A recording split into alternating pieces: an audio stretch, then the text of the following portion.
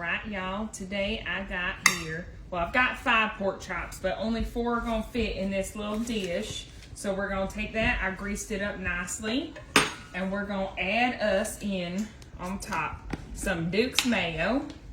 And y'all, I'm down to my last little bit, so I'm just gonna be using the same little spatula with it. And there will be no cross-contamination, but I'm gonna give myself a nice little scoop of mayo on top of each of these little pork chops. And y'all, this recipe is gonna make you think twice, but y'all, this mayo will make those pork chops right here turn out so nice and so juicy that you won't want to eat them any other way. I'm gonna just kind of scoop it up and put it right on top, okay?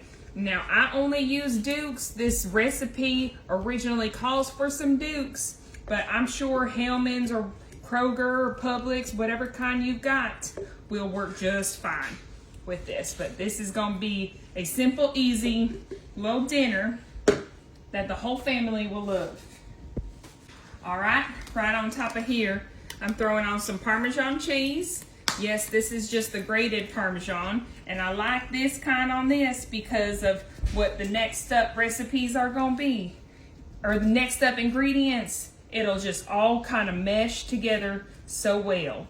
And because my dish is nice and tight, I can just kind of sprinkle it right on over each of them. Now, if you want to use shredded, I'm not sure shredded's gonna work on this right here, right now, but you could probably add a little shredded Parmesan cheese on top.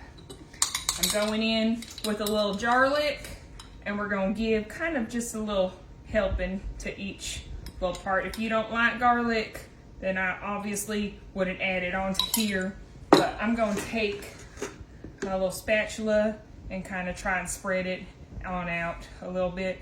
Well, that's not working out quite well, but that's okay, because you know what? It'll all blend in nicely in the end. We're adding on top some stovetop, y'all. I got the cornbread kinds. So what I like to do with this is I like to just kind of give it a little shake, mix it all up before I tear it on open. And y'all, we're gonna pour about all that we can on top of each of those pork chops. Now, once you start getting the seasoning and the more crumbs, I'd go back on over, because y'all, you don't want to mess up that flavor. Okay, so we only used about half of the little container. I'm gonna add it to this baby later. And we're gonna do some melted butter. Let me just kind of mix this on up. Get it nice. Had a little extra garlic. You know what would have been a good idea? If I added the garlic into here and made like a garlic butter. That's probably the ticket, y'all. But I'm just gonna add this and do a quick little drizzle over all of each of these pork chops. I threw about half a cup of butter, half a stick of butter into here. So that's a 1/4 cup. And we're just gonna kind of pour it and drizzle it all over. And guess what, y'all?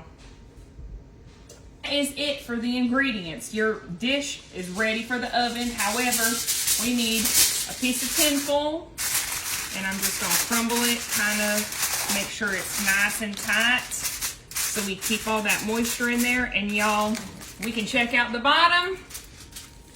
It's ready to be put in this oven. Our oven is set at 350, and we're gonna leave this in there for about 35 minutes, okay?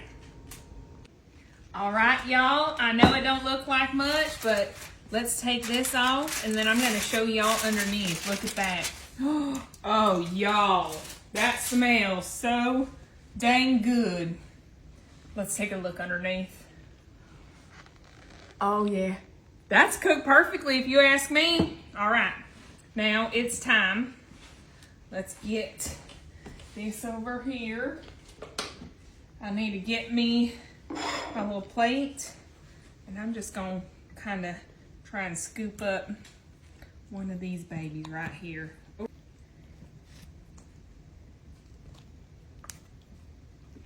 Okay, get this scooped on up. Bring over my little plate right here. Look at that beautiful, beautiful little pork chop, y'all.